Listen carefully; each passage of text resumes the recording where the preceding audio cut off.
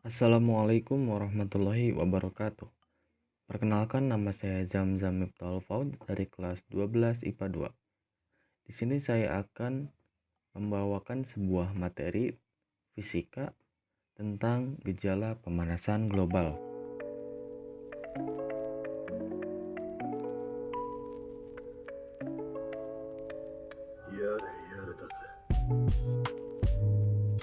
Untuk pembahasan yang pertama, kita akan membahas tentang pengertian pemanasan global dan lapisan ozon.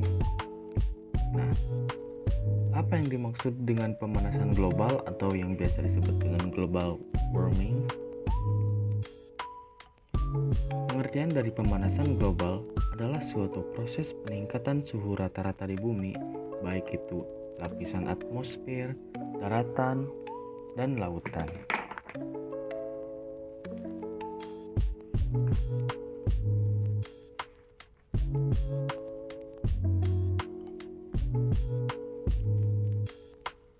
Suhu rata-rata yang terjadi pada permukaan bumi telah meningkat sekitar 0,74 kurang lebih 0,18 derajat Celcius selama 1 abad terakhir.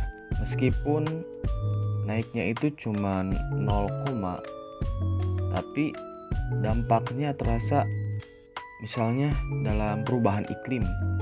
Itu terjadi di seluruh dunia, bukan hanya di Indonesia saja.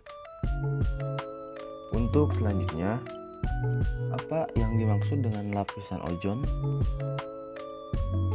Lapisan ozon adalah lapisan yang ada di atmosfer pada ketinggian 19 sampai 48 km atau 12 sampai 30 mil di atas permukaan bumi yang mengandung molekul-molekul ozon.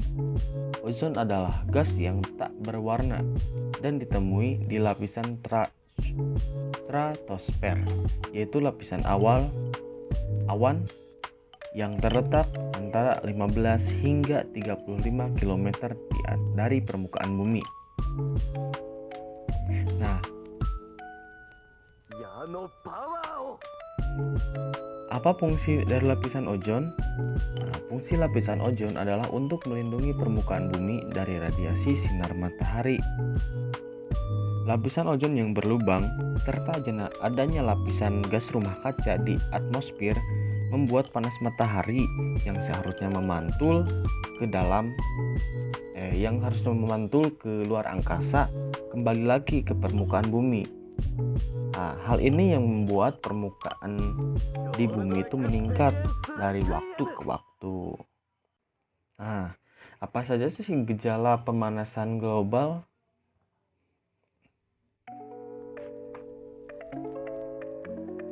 Nah, berikut merupakan gejala-gejala yang ada pada saat pemanasan global ya, yang merupakan fenomena alam yang lumrah mungkin terjadi di dunia ini. Yang pertama itu ada kebakaran hutan besar-besaran yang terjadi di beberapa negara dunia karena suhu udara yang ada di bumi itu meningkat. Yang kedua, adanya banjir. Banjir ini terjadi karena suhu ekstrim dan pasang laut dan itu juga berdampak ke situs-situs purbakala menjadi cepat rusak karena kejadian tersebut, fenomena alam tersebut. Yang ketiga itu ketinggian gunung berkurang akibat melelehnya es di puncak gunung. Nah, ini hanya berlaku untuk gunung-gunung yang mempunyai es di puncak gunungnya. Jadi tidak berlaku ya untuk gunung-gunung yang tidak memiliki es di puncak gunungnya. Yang keempat itu satelit bergerak lebih cepat. Nah, kenapa? Karena emisi karbon dioksida membuat planet lebih cepat panas sehingga bisa menimbulkan gaya dorong bagi satelit. Nah, yang kelima, banyaknya spesies makhluk hidup yang mengalami kepunahan. karena tidak tahan dengan suhu yang makin panas. Nah, jadi banyak spesies yang biasanya hidup di hutan-hutan ya di bawah, misalnya di bawah gunung atau di kaki gunung. Nah, mereka sudah tidak nyaman di sana karena suhunya semakin panas. Jadi mereka naik ke atas gunung yang udaranya lebih dingin dari di bawah. Nah, selanjutnya yang keenam, bukan hanya es yang ada di puncak gunung yang membeku, yang meleleh, tetapi juga es beku yang melapisi tanah juga mencair. Yang ketujuh, hilangnya 125 danau di kutub utara beberapa dekade silam. Yang kedelapan, mekarnya tumbuhan di kutub utara menandakan daerah kutub menerima pencahayaan matahari lebih besar. Yang kesembilan, beberapa habitat makhluk hidup pindah ke daratan yang lebih tinggi. Yang kesepuluh, peningkatan kasus alergi akibat peningkatan temperatur udara dan kadar karbon dioksida di udara. Nah, mungkin dari teman-teman ada yang alergi dari karbon dioksida ya, mungkin karena terpapar karbon dioksida kulit mereka jadi gatal-gatal atau jadi merah-merah dan lain sebagainya ya, untuk dampak dari alergi. Nah, selanjutnya bagaimana proses terjadinya pemanasan global? Nah, untuk yang pertama, prosesnya itu cahaya matahari. Dimulai dari cahaya matahari ya. Cahaya matahari adalah sumber energi utama bumi, dan bumi mempunyai lapisan pelindung yang disebut dengan atmosfer. Salah satu tugas atmosfer adalah mengatur kadar cahaya yang masuk ke bumi. Nah, yang pertama itu ketika cahaya matahari akan masuk ke bumi, lapisan atmosfer akan memantulkan sekitar 34% dari cahaya tersebut keluar angkasa.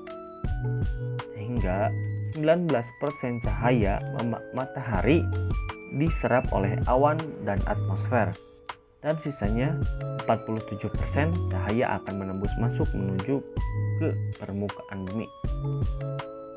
Sebagian cahaya yang masuk ke permukaan bumi akan diserap oleh lautan dan tanah untuk diubah menjadi energi panas yang menghangatkan bumi. Sebagian cahaya lainnya akan dipantulkan kembali keluar angkasa dan dalam bentuk radiasi inframerah gelombang panjang. Masalah yang terjadi ada pada poin yang ketiga, ketika gelombang inframerah yang seharusnya terpantul lagi ke angkasa tertahan oleh gas-gas karbon dioksida, metana, dan sebagainya yang memenuhi atmosfer. Akibatnya, gelombang inframerah tersebut terperangkap di udara dan sebagiannya dikembalikan lagi ke permukaan bumi. Inilah yang kemudian yang membuat suhu bumi lebih panas dari keadaan normalnya. Proses terperangkapnya cahaya matahari oleh gas-gas rumah kaca, karbon dioksida, metana, nitrogen oksida, dan lain-lain sebagainya, ini kemudian dinamakan efek rumah kaca.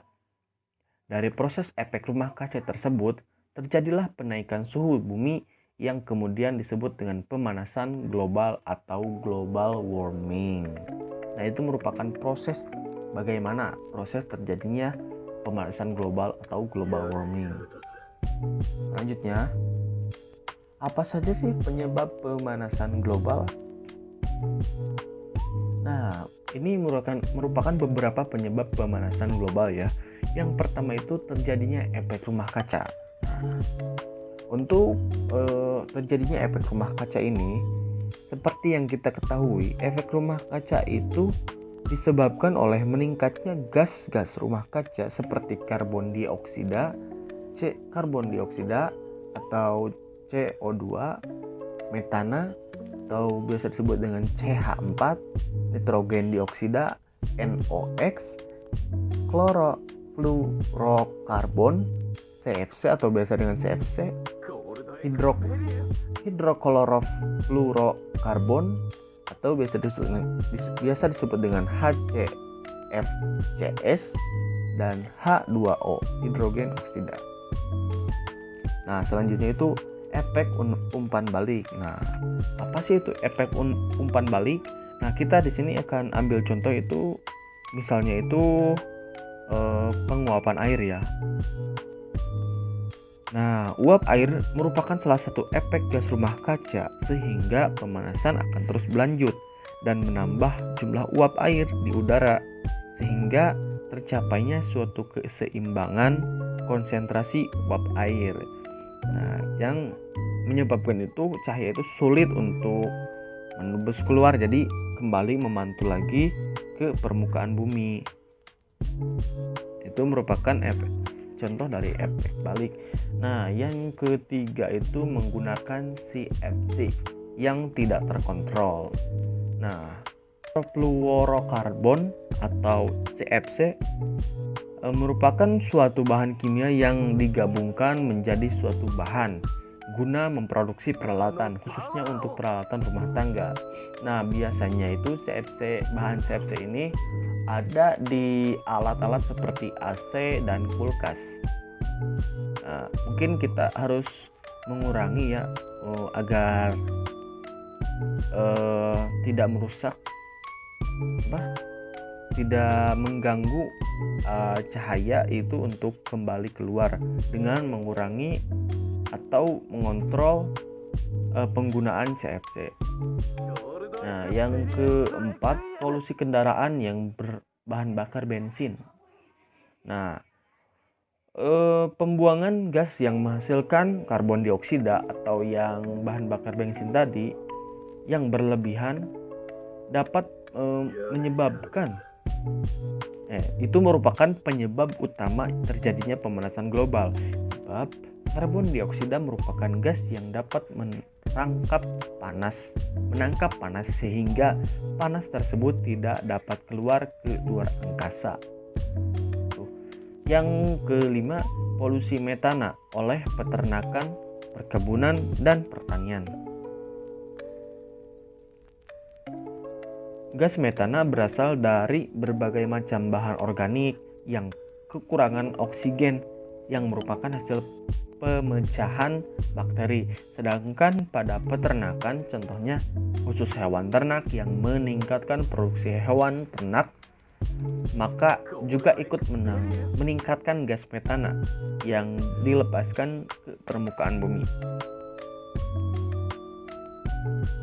Kerusakan hutan ini merupakan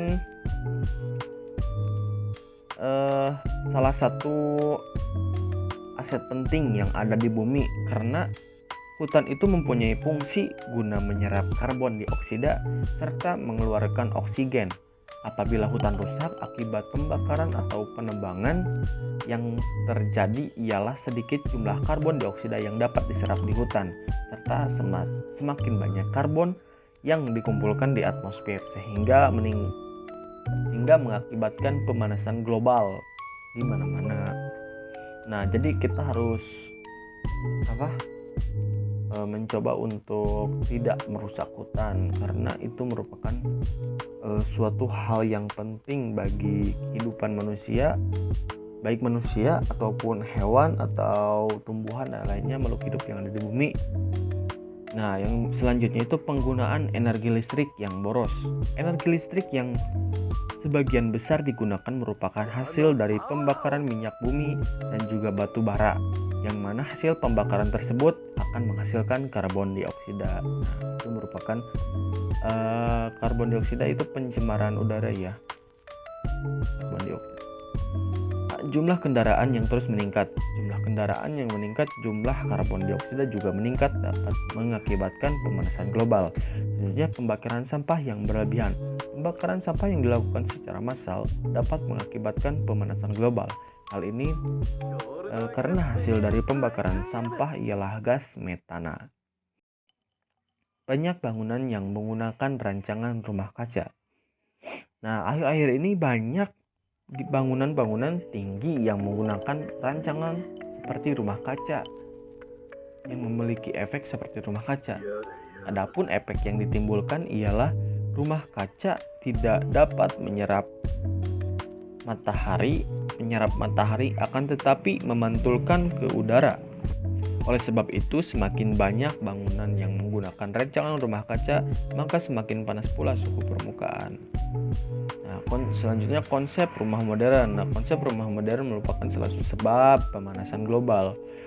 Perkembangan dunia menjadi semakin berkembang dan banyak manusia lebih memilih desain rumah yang lebih banyak terdiri dari kaca, dan ini menyebabkan cahaya matahari akan memantulkan ke udara lagi, yang pada akhirnya hal ini menimbulkan efek rumah kaca. Yang selanjutnya itu lapisan ozon yang semakin menipis.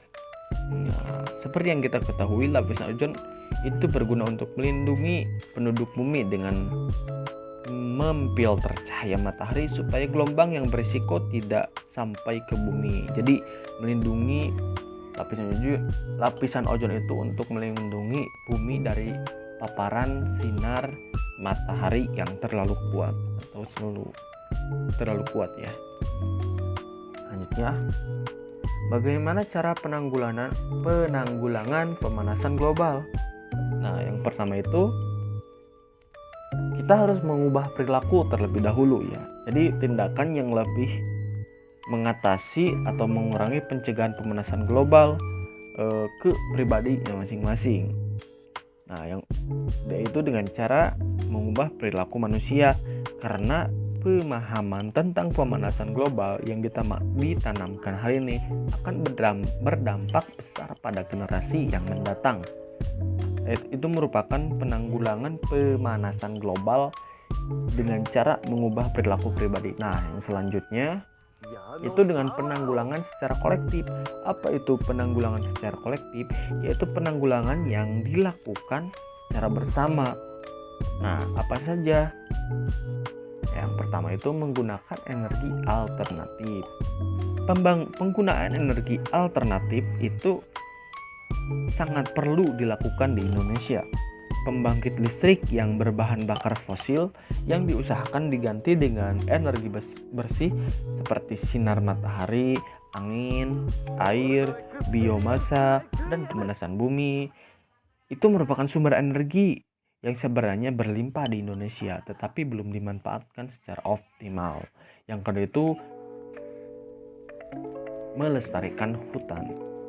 Nah, masyarakat yang ada dan pemerintah harus berupaya bersama dalam menjaga hutan dari bahaya kebakaran dan penebangan liar agar luas hutan tidak berkurang. Nah, itu merupakan penyebab ya.